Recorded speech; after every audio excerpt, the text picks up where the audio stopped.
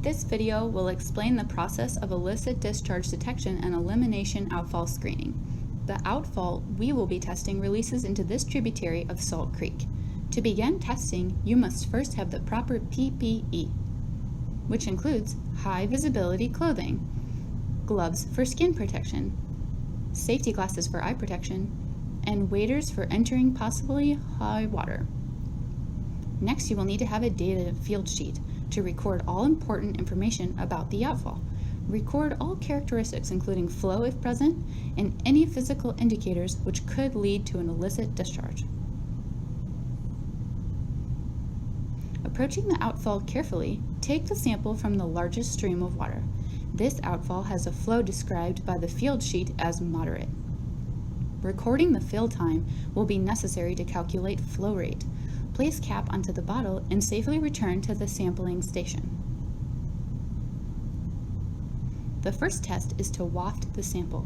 If the sample has a smell, it should be noted as it could contain an illicit discharge. This sample had no scent.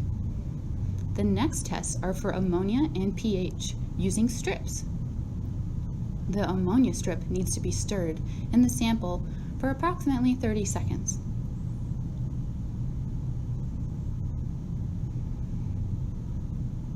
It needs to sit horizontally for 1 minute before comparing. The result of the paper color shows that there is no ammonia concentration in the sample. The pH strip also needs to be stirred in the sample. The paper compares color quickly and can be compared immediately. This strip uses 4 different papers to compare for pH levels. Align the strip with the indicator chart and find the closest match. This sample has a pH of 7, which is within the acceptable range. Next is the potassium meter. Potassium is another pollutant that can lead to a potential illicit discharge.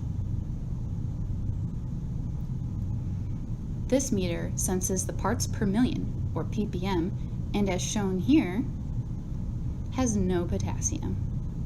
This meter also reads temperature, which is within the normal range for a pond. Lastly is the surfactants test, which is the most meticulous of the tests. Filling the reaction tube with the sample water, release the reagent into the tube, as shown by breaking both the top and bottom tips of the ampule. Place the cap tightly on the reaction tube and shake the sample vigorously for 30 seconds. Let sit for 1 minute. This allows the reaction, if any, to occur. A small tube is inserted into the organic phase layer at the bottom of the tube, which is used to determine the concentration. Compare with the range of concentrations. The sample appears to be most similar to the 0.25 parts per million, which is very small and not harmful. Be sure to record the date, weather conditions, outfall characteristics, and all data results found.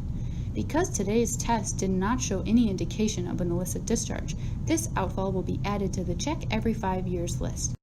This process needs to be conducted for every outfall in all waterways in unincorporated Porter County.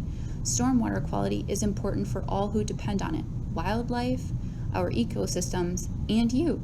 Thanks for watching.